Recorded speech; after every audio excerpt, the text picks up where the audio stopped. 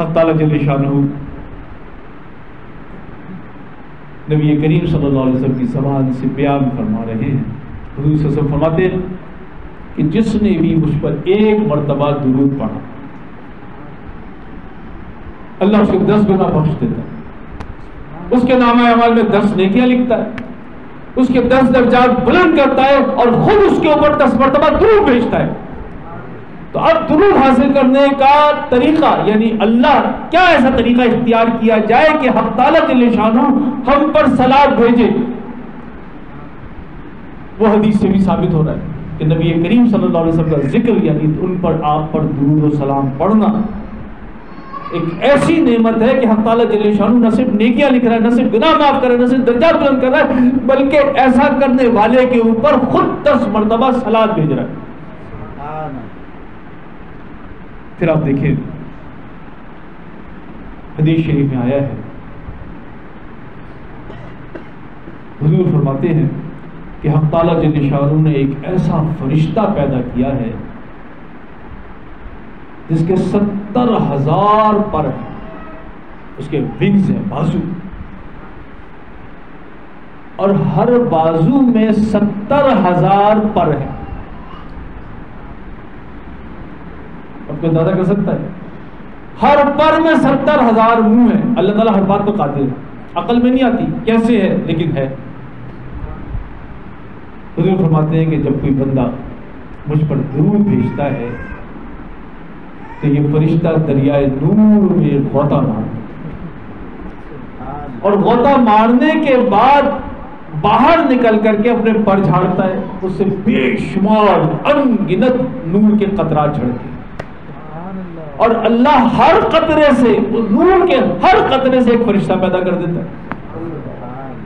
کوئی اندازہ کر سکتا ہے کس قدر تعداد ہوگی, کتنے بازو ہیں, اس میں کتنے پر ہیں, ہر پر میں کتنے منہ ہیں, اور جب وہ ڈائیو مارتا ہے اور اس کے بعد وہ جھاڑتا ہے تو قطرات جھڑ رہے ہیں نور کے اور اس سے فرشتے پیدا ہو رہے ہیں.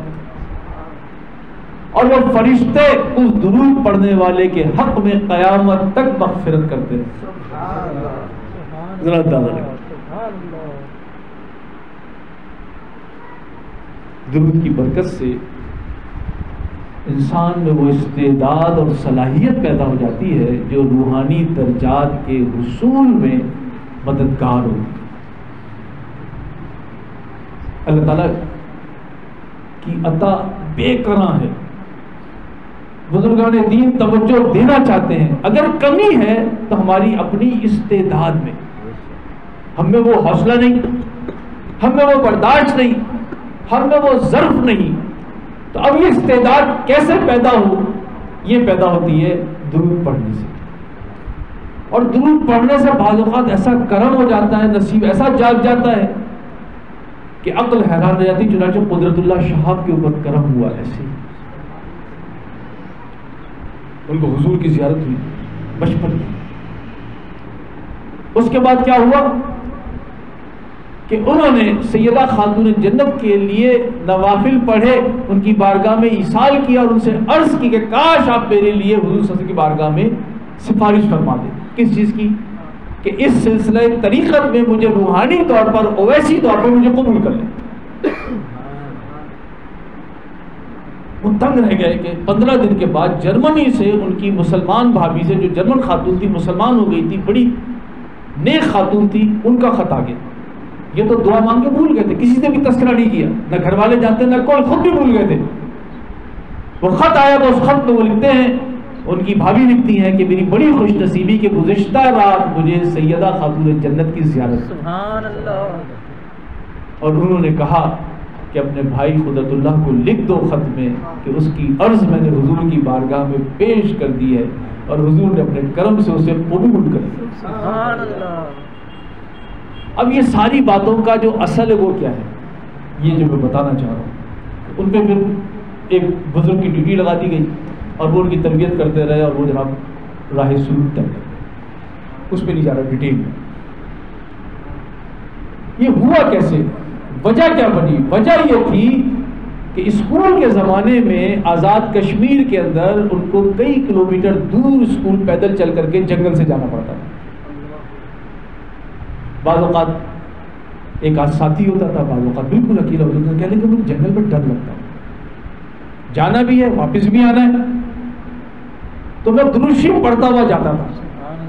اب کئی کلومیٹر کا فاصلہ رکھ لے، 1 گھنٹہ 2 گھنٹے جانا، 2 گھنٹے آنا، میں مسلسل درود شریف پڑھتا ہوا جاتا اور مسلسل درود شریف پڑھتا ہوا آتا۔ اس سے مجھے بڑی ڈھارس تقویت ہوتی، خوف میرا ظاہر ہو جاتا، بڑی اپنے اندر میں طمانینت اور ہمت پاتا، میرا ڈر ختم ہو گیا۔ اب اسکول کے کئی سالوں کے اندر کہنے لگے یہ چیز میری طبیعت کا حصہ بن گئی، عادی ہو گیا میرا، اور ایسا عادی ہوا کہ جب تک میں اتنی دیر درود شریف نہ پڑھتا مجھے چین ہی نہیں پڑتا، مجھے سکون ہی سے ملتا تھا پوری زندگی ہے معمول نہ۔ یہ جو کثرت درود ہے یہ ان کی زندگی میں اس انقلاب کا موجب بن گیا۔ تو درود کی وجہ سے استعداد بڑھ جاتی ہے، درود کی وجہ سے بعض اوقات ایسا کرم ہو جاتا ہے کہ انسان کے وہم و گمان میں بھی نہیں ہوتا، نصیب جاتا ہے۔ علامہ اقبال سے پوچھا گیا کہ آپ حکیم الامت کیسے بنے؟ ان کا طریقہ تھا کہ روزانہ رات کو 3 بجے یہ ہو جاتے تھے، تہجد پڑھتے تھے اور اس کا درود شریف پڑھنے میں مشغول رہتے تھے۔ تو فرماتے ہیں کہ میں نے 1 کروڑ مرتبہ درود شریف پڑھا، اس کی برکت سے میں حکیم الامت ہوں۔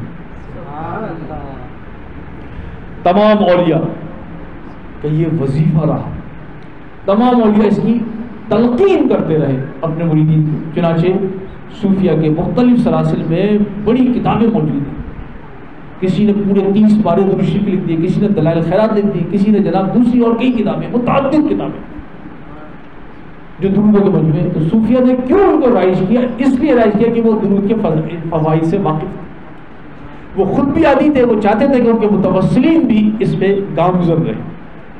چنانچہ ہمارے سردار سیدہ غوث العظم، ان کی تو شان ہی نرالی ہے۔ آپ فرماتے ہیں جو ذرہ ذرہ شود ای تنم بخاک لہد، کہ اگر قبر میں جانے کے بعد میرا جسم ریزہ ریزہ ہو جائے، اگر تو بشنوئی صلات از جمیع ذراتن، تو یا رسول اللہ صلی اللہ علیہ وسلم آپ میرے جسم کے ہر ذرے سے درود کی آواز سنیں۔